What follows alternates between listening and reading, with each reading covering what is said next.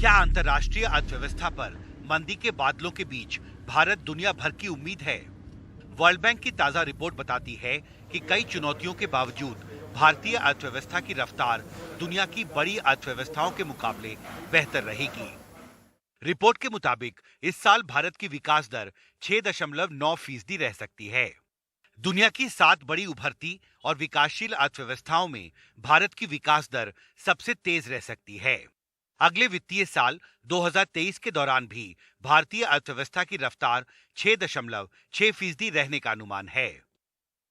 World bank के मुताबिक 2022-2023 के पहले हफ्ते के दौरान भारत में प्राइवेट कंजम्पशन अच्छा रहा और अर्थव्यवस्था में निवेश भी बेहतर हुआ। हालांकि अंतर्राष्ट्रीय व्यापार में उथल-पुथल की वजह से भारत का कारोबार घाटा 2019 के बाद दुगुने से ज्यादा हो गया है।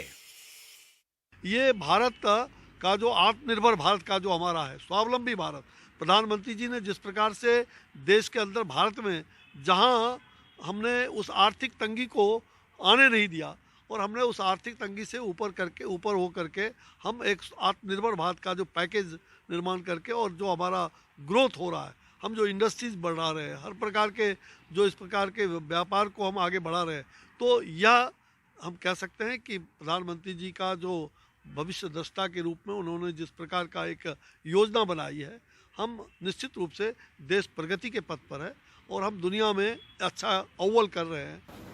वर्ल्ड बैंक ने आगाह किया है कि रूस यूक्रेन युद्ध का अंतर्राष्ट्रीय अर्थव्यवस्था पर बहुत बुरा असर पड़ा है। दुनिया की विकास दर पहले अनुमानित 3% से घटकर 1.7% तक जा सकती है।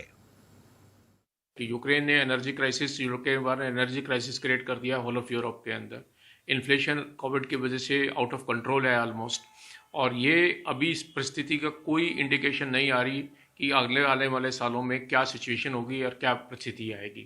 तो जो वर्ल्ड बैंक ने प्रोजेक्शन किया है कि आज की डेट में जो इकॉनमी 22-23 में 3% से ग्रो करनी थी, वो 1.7 है, अपने आप में एक बहुत बड़ा चैलेंज है और लगभग आधी रह गई है ग्रोथ जो पहले होनी चाहिए थी। तो ये एक रिसेशन की तरफ इशारा कर ही रहे हैं, और रिसेशन आता है तो शुरू में डेवलप्ड नेशन को तंग करेगा, बाद में डेवलपिंग नेशन को, विकासशील देशों को भी तंग करके जाएगा। जाहिर है, अगर अंतर्राष्ट्रीय अर्थव्यवस्था की रफ्तार धीमी पड़ती है तो इसका सीधा असर भारतीय अर्थव्यवस्था पर भी पड़ेगा। अब ये देखना महत्वपूर्ण होगा कि भारत सरकार आने वाले समय में इस चुनौती से कैसे निपटती है। दिल्ली से हिमांशु शेखर, एनडीटीवी इंडिया।